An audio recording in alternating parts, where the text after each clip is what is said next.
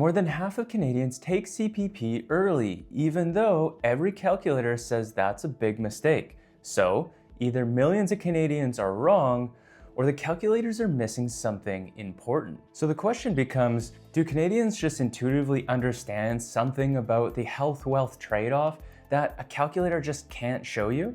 Today, I'm gonna walk through 8 real reasons that someone might choose to take CPP at 60 instead of delaying it beyond 65 or even to 70. And to be clear, for some people, waiting is absolutely the right call. But this video is for everyone else. I'll have each of the 8 reasons timestamped below so you can jump straight ahead. And stick around for number 8, which is my personal favorite, which is the one that most people only say behind closed doors. And honestly, it's a reason that I actually hear most often. My name is Clayton Mears, founder of Sparrow Financial, and I help Canadians bring clarity to their financial lives so that they can retire on their own terms. Before we dive deep into the 8 reasons, we need to take a look at the math. Every month that you take CPP before 65, your benefits, the amount that you get each month, drops by 0.6% permanently. Starting at 60, that's a 36% reduction in the amount that you receive monthly for the rest of your life. But if we wait past 65, now you start to gain 0.7% per month, all the way up to age 70. Let's look at an example. If you were to receive $1,000 at age 65 as a base benefit, that's a $780 gap every single month for the rest of your life. And because CPP is indexed to inflation, that gap actually grows wider every single year. So you don't walk away from that kind of money without a very good reason. And here's 8 of them. Reason number 1 is lifestyle utility. Money when it actually matters. Sometimes this is about necessity, but more often it's actually about utility. Receiving $1 at 60 when you're healthy and active and able to do the things you love is simply not the same as getting that same dollar or even $2 more at age 85. So if taking CPP early means you can retire 2 years sooner, maybe travel more, or shift into work that you actually enjoy doing, then that has a return on life that no spreadsheet will ever capture for you. We always run the math with clients, but we never leave the quality of life out of the equation. Reason 2, the health trade-off. If you have health concerns, getting a reduced benefit today is far better than waiting for a larger payment you just might never collect. CPP isn't a gift from the government. It's something that you've paid into for decades.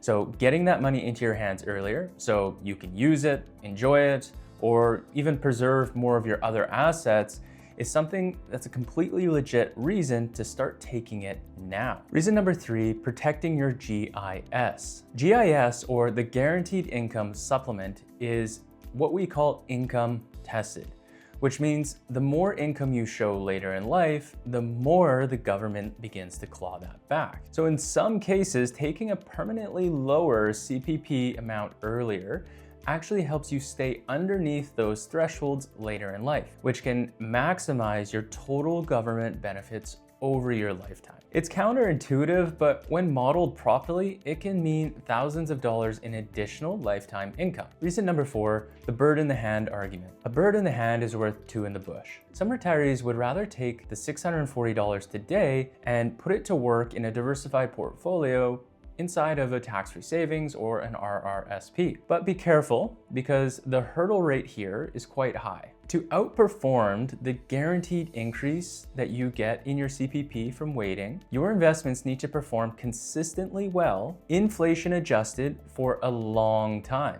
It's possible, but the bar is a lot higher than most people realize. Okay, we're halfway through and we're getting close to that number 8 reason that most people are afraid to say out loud.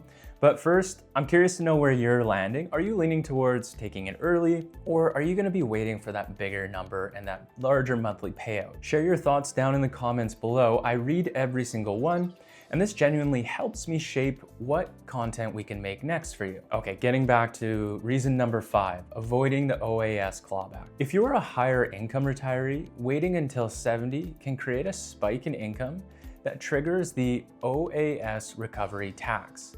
By taking CPP earlier, at a lower amount, you spread your income more evenly over 30 years, rather than hitting a big jump right at age 70. And if you're at that higher income level, that keeps more of your old age security in your pocket and less in the taxman's hands. Reason 6, a market downturn at the start of retirement. Imagine you decide to retire at 60 and the market drops 20% overnight.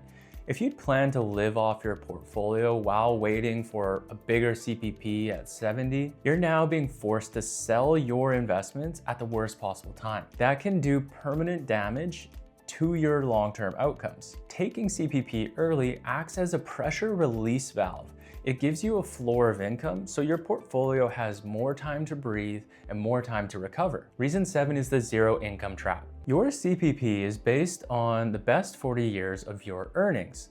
So if you stop working at 55 or 60, but wait until 65 to collect, those low or zero income years can start dragging down your average. In this specific scenario, starting CPP at 60 could actually produce a better result than waiting, because you're avoiding letting those empty income years dilute your benefits. All right, we've made it to number 8. This reason here is the one that most people don't want to say out loud, and it is that they just don't trust the government. I hear this more than anything else. People worry about, will the rules change?